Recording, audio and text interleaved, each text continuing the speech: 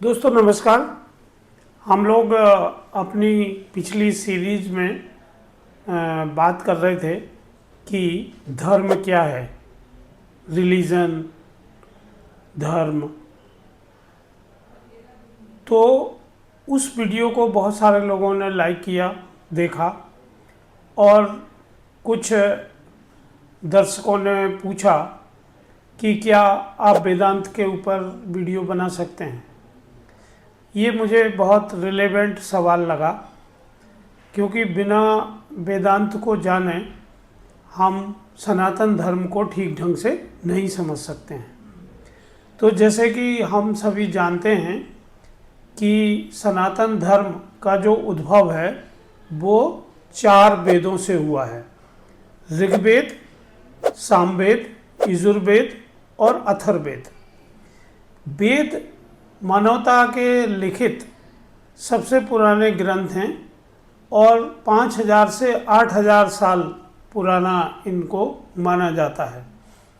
स्वाभाविक है कि उस समय मनुष्य जंगलों में रहते थे और धीरे धीरे पशुपालन और खेती पर निर्भर करते थे।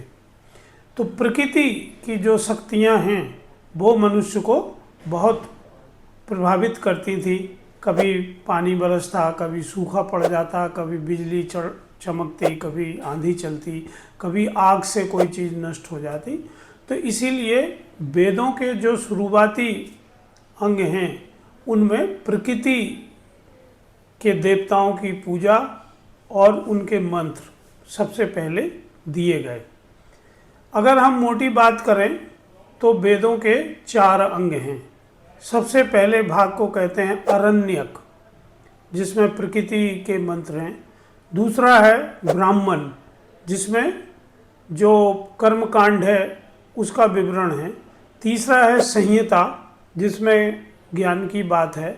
और चौथा है उपनिषद, जिसमें मनुष्य के मनोविज्ञान और मन में उठने वाले सवालों के जवाब ढूंढने की कोशिश की गई है।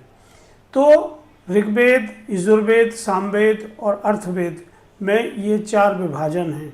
तो इसमें जो अंतिम भाग है उपनिषद, उसको ही वेदांत कहा जाता है, क्योंकि वहाँ वेद का अंत होता है। वहाँ फिर जो बात हो रही है वो हमारी साइकोलॉजी की बात है कि हमारा जीवन क्यों हुआ, मरने के बाद क्या होता है, ईश्वर है या नहीं है, ब्रह्मांड किसने बनाया। ऐसे बहुत सारे जो सवाल हैं उन सब का जो अध्ययन है वो वेदांत में किया जाता है। तो जो हर वेद के जो अध्याय हैं उनके पीछे उपनिषद होते हैं और उन उपनिषदों में ही इन चीज़ों का विवरण दिया गया है। इसके अलावा हम देखते हैं कि जब शुरू में ज्ञान का प्रारंभ हुआ तो मनुष्य में जो स्वाभाविक इच्छा थी वो थी अमर होने की। इसीलिए अमृत की कल्पना की गई। समुद्र मंथन की बात आती है और उसमें बात आती है कि अमृत कैसे पाया जाए ताकि हम अमर हो सकें। लेकिन जैसे जैसे ज्ञान बढ़ता गया वैसे वैसे मनीषियों को ये समझ में आया कि जो चीज़ शुरू होती है उसका कभी ना कभी अंत जरूर होता है, पर एक ऐसी चीज़ है जिसका अंत कभी नहीं है।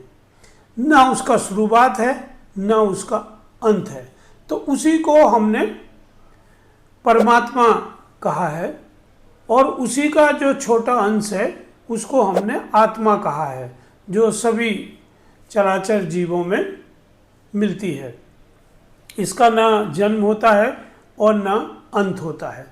तो इसीलिए जो उपनिषद है उसमें धीरे धीरे ये कल्पना आई कि जो मनुष्य के दुख हैं वो उनकी कामना से आते हैं और उन कामनाओं को, उन क्लेशों का अंत कैसे किया जाए, उससे भी फिर आगे योग का जन्म हुआ।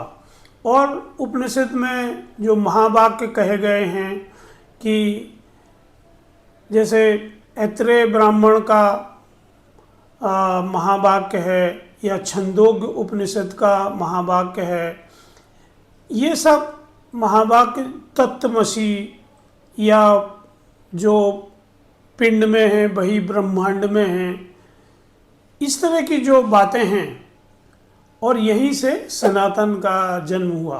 क्योंकि जो लोग आत्मा के धर्म को मानते हैं वही सनातन धर्म को मानते हैं, क्योंकि उसका कभी अंत नहीं है, उसका कभी प्रारंभ नहीं है।